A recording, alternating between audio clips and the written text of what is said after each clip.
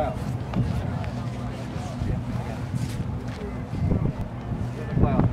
We're looking hard. This is Saddam Hussein's I got him, I got him. River 1-1, you're inside, clear for your passage. And we just reported that he is in sight and should be coming in here just a moment. Coming down out of the clouds, you'll see him to your right. River 1-1, about 5 miles inbound for the first pass down runway 33. Yes, sir, you're in sight, you're clear for your passage. Airspace belongs to you. George Klein just turned to airspace over to Mission Commander Lieutenant Ryan Gall from Pinehurst, North Carolina. He's assisted today by the pilot on board, Captain Sean Gerwin. I don't believe that Sean's a North Carolinian. No report if he has his golf clubs in the back of the plane or not. This is true. You know, Bob, the way they flew that mission where they flew the longest combat mission flying from Whiteman Air Force Base all the way to Baghdad and back, I love this.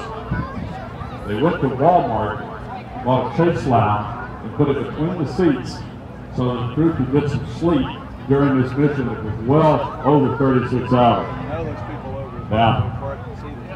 I won't answer the other question for you, but they did eat lunch and they had meals on board, but we won't go beyond that.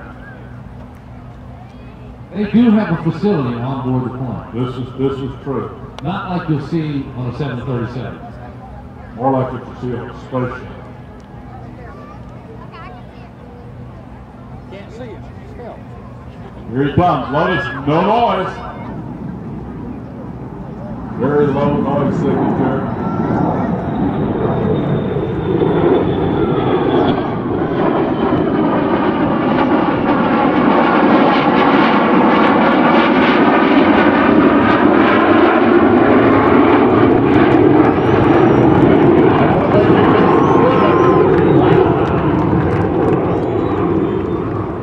Flying wing design originally developed by the Grumman Aviation Corporation and test flown in 1947 as a long-range bomber because of the efficiency, not for stealth, but the fact that it was a very efficient aircraft without having a tail and the other things on to produce drag.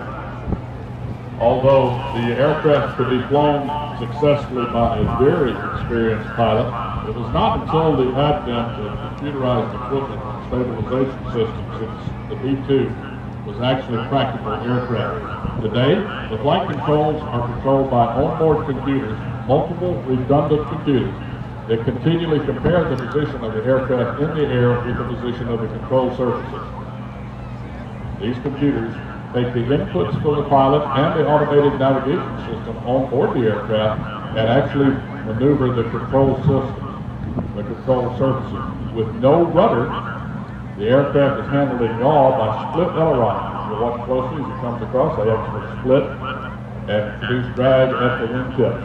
Now we have the B-2 coming back across here, and I am sure that the Forsyth County Police Department of Winston-Salem is now getting reports of a UFO over this area of Winston-Salem.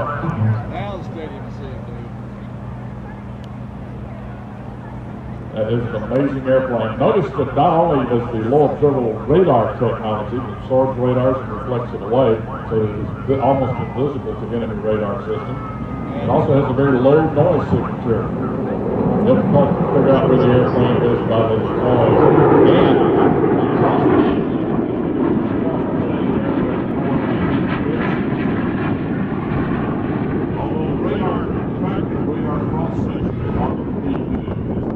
Classified information.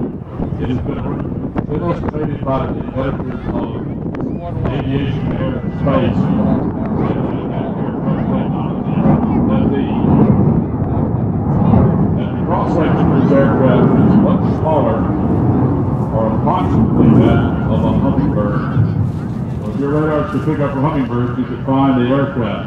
But it's extremely small radar cross-section. In other words, it is difficult to see. Not impossible, but very difficult. Part of the aircraft's operational system is an automated flight planning system that will plot the course of the aircraft through enemy radar sites so that it can maneuver around them and stay outside of the observable range. Where with the normal radar, you can probably track an airplane from several hundred miles away.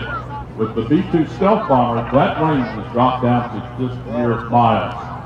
At this time, our controllers over at the Piedmont Triad International Airport are depending on the transponder on board the aircraft, which transmits a code back to the radar system after it's interrogated to spot this airplane. If the pilots would have turned that transponder off, the airplane would immediately disappear from the radar scope.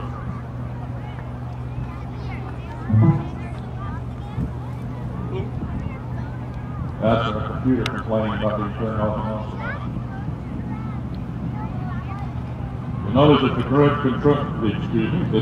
complete control of the aircraft. You can also notice those split flaps in operation.